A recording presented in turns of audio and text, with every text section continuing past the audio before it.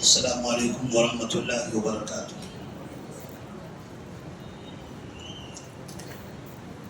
بسم اللہ الرحمن الرحیم۔ الحمد للہ رب العالمین، والصلاة والسلام علی رسولہ الامین وعلی آلہ وصحبہ اجمعین ومن تبعہم بإحسان الی یوم الدین، اما بعد، فأعوذ باللہ من الشیطان الرجیم، بسم اللہ الرحمن الرحیم۔ وَلَقَدْ صَدَقَكُمُ اللَّهُ وَعْدَهُ إِذْ تَحُسُّونَهُم بِإِذْنِهِ حَتَّى إِذَا فَشِلْتُمْ وَتَنَازَعْتُمْ فِي الْأَمْرِ وَعَصَيْتُم مِّن بَعْدِ مَا أَرَاكُم مَّا تُحِبُّونَ مِنكُم مَّن يُرِيدُ الدُّنْيَا وَمِنكُم مَّن يُرِيدُ الْآخِرَةَ ثُمَّ صَرَفَكُمْ عَنْهُمْ لِيَبْتَلِيَكُمْ وَلَقَدْ عَفَا عَنكُمْ وَاللَّهُ ذُو فَضْلٍ عَلَى الْمُؤْمِنِينَ۔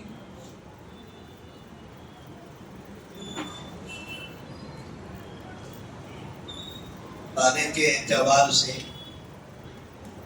آج ہمیں تقریباً سورہ نساء کے بعد سورہ مائدہ اور سورہ انعام تک پہنچنا چاہیے تھا،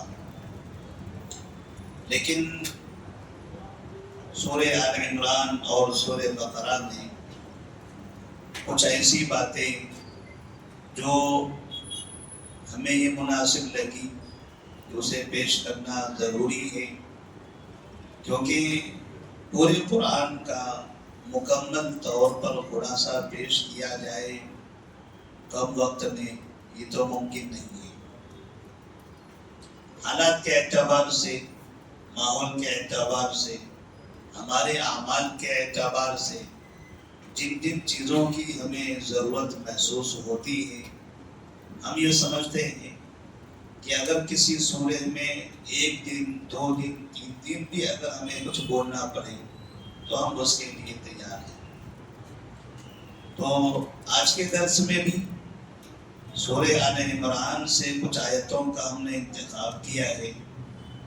اللہ تبارک و تعالیٰ نے سورۃ الفاتحہ میں جب اس بات کا ذکر کیا تھا کہ ہدایت کے لیے اللہ سے دعا کیجیے اور یہود و نصارہ کے راستے سے اپنے آپ کو بچائیے،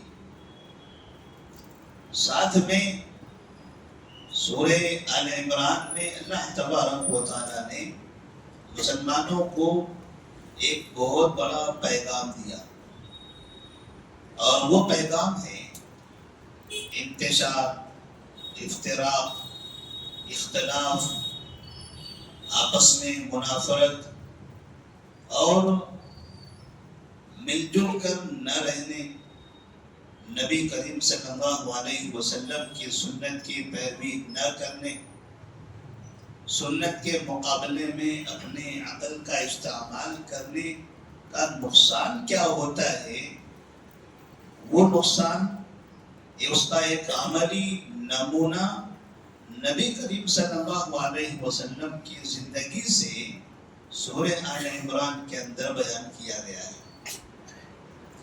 اور چونکہ اس بات کو کئی آیتوں میں ذکر کیا گیا، 1 اور 2 آیتیں مشتمل نہیں، 1-2 آیتوں پر وہ معاملہ مشتمل نہیں ہے، کئی آیتوں پر مشتمل ہے، اس لیے ہم نے سوچا کہ اس موضوع کو بیان کر دینا چاہیے۔ اور اس موضوع کا تعلق ہے جنگ احد سے۔ نبی کریم صلی اللہ علیہ وسلم جب مکہ سے ہجرت کر کے مدینہ منورہ آئے تو کفار مکہ سے جو پہلی جنگ ہوئی تھی اسے جنگ بدر کہا جاتا ہے۔ اس پہلی جنگ میں اللہ تبارک و تعالیٰ نے مسلمانوں کو بہت بڑی فتح عطا فرمائی تھی۔ 70 کفار مکہ جو بڑے بڑے، اس میں اکثر بڑے بڑے سردار بھی تھے، وہ بدر کے میدان میں مارے گئے۔ یہ سمجھیے کہ اہل مکہ کی یا مشرکین مکہ کی جو ایک مضبوط قوت تھی، ایک اتحاد تھا، ان کا ایک رعب تھا، دبدبا تھا، وہ پہلی ہی جنگ میں سب ختم ہو گیا تھا۔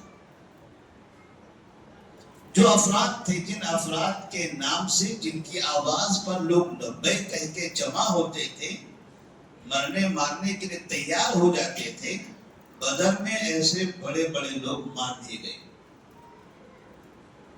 یہاں سے مشرکین مکہ کے اندر ان کے دلوں میں دو چیزیں کھٹکنے لگی تھی۔ ایک، اپنے بڑوں کا خاتمہ، اس پر افسوس، اور دوسرے، مسلمانوں کی کامیابیوں پر نفرت۔ جو ایک پیغام تھا کہ اگر مسلمان دنیا میں کہیں کامیاب ہوتے ہیں تو کافروں کو، ہمارے پڑوسی ہیں، ہمارے شہری ہیں، ہمارے ملکی ہیں، اس لیے خوشی ہوگی، ایسا نہیں ہے۔ یا ہمارے مالک ہیں، یا ہمارے نوکر ہیں، یا ہم سے قریبی تعلقات ہیں، ہمارے دوست ہیں، ایسا نہیں۔ کبھی بھی کافروں کو مسلمانوں کی ترقی پر خوشی نہیں ہوتی۔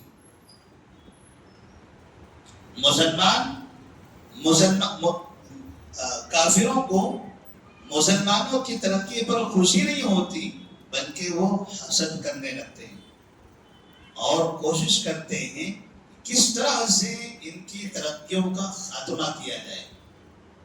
اور اس کے لیے دوسری جنگ لڑی گئی تھی، جس جنگ کو جنگ احد کہا جاتا ہے۔ جنگ احد میں مشرکین مکہ نے اپنے بڑوں کے چلے جانے کے باوجود بھی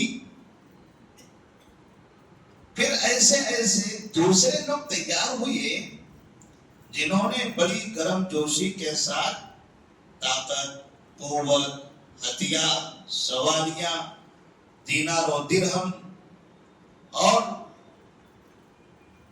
افرادی قوت، ان سب کے ساتھ مکہ سے نکلے ہیں مدینہ منورہ کی طرف، یہ نیت کر کے کہ مدینے والوں کا خاتمہ کر کے آئیں گے۔ اور مکہ مدینہ پہنچنے کے بعد احد پہاڑ کے دامن میں، اس کے سامنے، احد پہاڑ ادھر ہے، مدینہ یہاں ہے، دونوں کے بیچ میں یہاں پر مسلمانوں سے جنگ ہوتی ہے۔ اس جنگ کو جنگ احد کہا جاتا ہے۔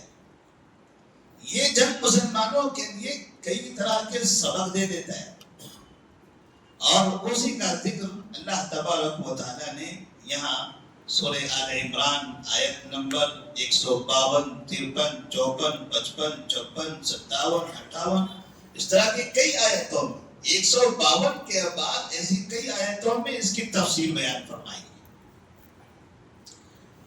اس میں جنگ سے پہلے جو ایک ہم کو پیغام ملا جنگ احد میں، وہ یہ کہ مسلمانوں کو ہمیشہ اپنے اندر، اپنے اطراف، اپنے ساتھ رہنے والے منافقین کے بارے میں خبر رہنی چاہیے، کیونکہ منافقین کافروں میں نہیں ہوتے، مسلمانوں میں ہوتے ہیں، مسلمانوں کے بیچ میں ہوتے ہیں، کیونکہ ان کو کام کافروں کے لیے کرنا ہوتا ہے، خبریں مسلمانوں کی ادھر بھیجنا ہوتا ہے، اس لیے وہ رہتے مسلمانوں میں ہیں، وہاں کی خبریں یہاں نہیں لانا ہے، اس لیے ان کے پاس نہیں رہتے۔ ہماری خبریں ادھر دینا ہے، ہماری کمزوریاں ان کو بتانا ہے، اس لیے ہمارے درمیان میں ہوتے ہیں، شکل و صورت، لباس، طور طریقے، عبادات، مسجد میں نمازیں، روزے، زکوٰۃ، حج سب کریں گے وہ، لیکن مسلمانوں کے خلاف کام کریں گے کافروں کے لیے۔ اور نبی کریم صلی اللہ علیہ وسلم کو جنگ احد میں وہ چیز نظر آئی کہ جب 1000 کی تعداد مسلمانوں کی جنگ احد کے میدان میں پہنچی ہے اور مکہ طرح سے 3000 کا لشکر آیا ہوا تھا. لشکر آمنے سامنے کھڑا ہے, مقابلے کی تیاری کر رہے ہیں. یہ 1000 وہ 3000 کو دیکھ رہا ہے, وہ 3000 یہ 1000 کو دیکھ رہا ہے. دونوں کو ایک دوسرے کی طاقت کا, ایک دوسرے کی کمزوری کا اندازہ ہو رہا ہے. سب ایک دوسرے کو پڑھ رہے ہیں کہ ہمیں کیا کرنا چاہیے, کیسے دفاع کرنا ہے, کیسے حملہ کرنا ہے. اس میدان سے 300 منافقین نکل کر مدینہ باہر چلے جاتے ہیں. اور یہ منظر 3000 کا لشکر بھی دیکھ رہا ہے اور باقی جو یہ 700 مسلمان ہیں وہ بھی دیکھ رہے ہیں کہ جب اپنے میں سے 300 خود چلے جائیں تو مجھے یہ محسوس ہوگا کہ ہماری طاقت اور کمزور ہو گئی. پہلے سے ہم 1000 تھے اور 700 ہو گئے, تو ہمارے اندر کمزوری آئے گی, ہم ڈرنے لگیں گے, گھبراہٹ کا شکار ہو جائیں گے, فکری طور پر کمزوری آ جائے گی. اور اس میں فکری جنگ بہت خطرناک ہوتی ہے. اور سامنے والے وہ دیکھ رہے تھے کہ ان کے درمیان سے 300 جا رہے ہیں, وہ فکری اعتبار سے اور مضبوط ہو رہے تھے, خوش ہو رہے تھے, ان کے اندر جوش اور جذبہ پیدا ہو رہا تھا. انہیں لگ رہا تھا کہ اب تو کھیل آسان ہے. منافقین ہمیشہ مسلمانوں کو دلدل میں لے جا کر باہر نکلتے ہیں, دلدل تک ساتھ آتے ہیں اور پھر باہر نکل جاتے ہیں. اگر آج کے زمانے کے حساب سے آپ کو سمجھنا ہو تو غزہ شہر کو سمجھ جاؤ. جب غزہ آباد تھا تب آپ دیکھیے حماس ہر جگہ چرچے میں تھا, اور جیسے غزہ کھنڈر بن گیا سب برباد ہو گیا. سینکڑوں مرد, عورتیں, بچے قتل کر دیے گئے.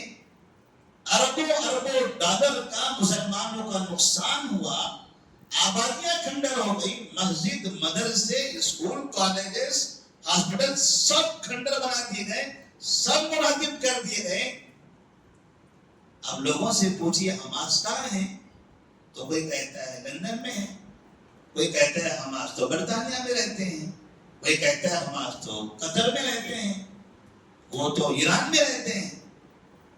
اور یہ جو فلسطینی غزہ کی تھے وہ کہاں رہتے ہیں, وہ غزہ کی جھوپڑیوں میں رہ رہے, وہ نالیوں کے درمیان میں زندگیاں گزار رہے, وہ بارش اور برف باری, دھوپ اور چھاؤں کی وہ پریشانیاں جھیل رہے.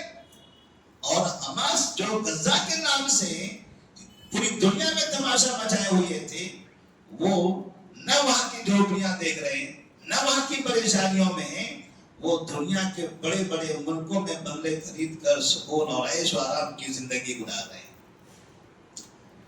غزہ کو دلدل تک لے گئے اور پھر وہاں سے نکل کر بھاگ گئے, اب تم مرو, اور غزہ والے مر گئے. یہ ہے منافقین کی علامت. منافقین کو اگر سمجھنا ہے, اس طرح سے موجودہ دور میں منافقین یہ کام کرتے ہیں. شکل و صورت مسلمان, نعرے تکبیر اللہ اکبر, چہرے پر پٹی اسی طرح کی, جگہ جگہ شکل دیکھیں آپ, ایسا دیکھیں لگتا ہے ابھی فرشتے آسمان سے اترے ہیں. دنیا سے اربوں اربوں ڈالروں کے چندے کر لیے, اور اتنے چندوں کے باوجود غزہ کے مسلمانوں کے لیے گھر بھی نہیں, نہ کھانے پینے کا سامان ہے.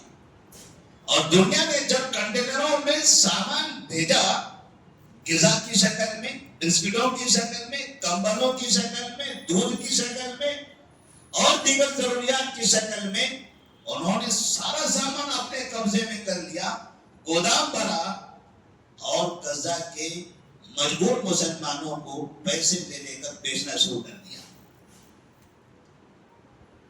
اور یہ خبریں کب آئی, جب چور جب آپس میں مال کی تقسیم میں لڑتے ہیں, تب کہتے ہیں نا اندر کی بات باہر پھوٹتی ہے. ایسا ہی ہوا. ان میں کچھ لوگ کیو آر کوڈ کے ذریعے زیادہ پیسہ لے گئے,